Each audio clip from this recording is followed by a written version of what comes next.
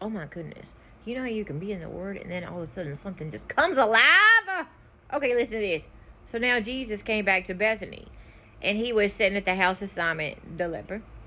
The woman came to him with an alabaster flask of very precious perfume.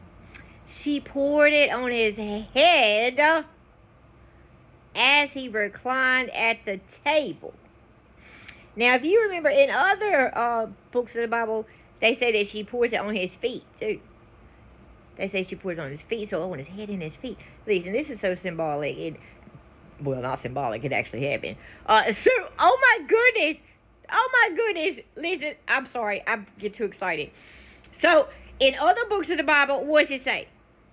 It says Judas said, how did you do this? Like, this money could have gone to the poor because it was like a whole year's worth of wages. That's how much that stuff cost. That perfume that filled up the whole house. Oh my goodness. Remember we talked about this when we go into Song of Solomon 5:5. Just so beautiful. Okay, so Judas was like, oh, how dare you, blah blah blah blah blah. I don't know how you can do this. It could be going to the poor. Blah blah blah blah blah. Okay, well, it takes one Judas, one narcissist, one filled, I think he said was Satan. Goes right there. And then the disciples, in this one, it says, verse 8, when the disciples saw it, that means all of them, even the ones that followed Christ, was like, when the disciples saw it, they were saying, for what purpose is all this waste? So they went along with it. They went along with what Judas was saying and not exactly what was happening. So whatever you're doing, remember, you've always got to be at the foot of the cross. You always got to be at the feet of Jesus, waiting.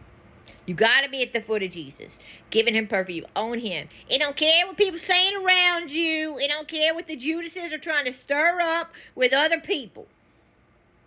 Because even the Christians, who were the true followers, who, they gave their life. They literally gave their life. They were persecuted. Well, Judas wouldn't, because we know what happened to him, right? But he started it. He started it. So a narcissist full of demons can start it, and other people will fall into it, being blind and not knowing. So make sure you don't ever fall into that group. You know what I mean? Keep serving Jesus.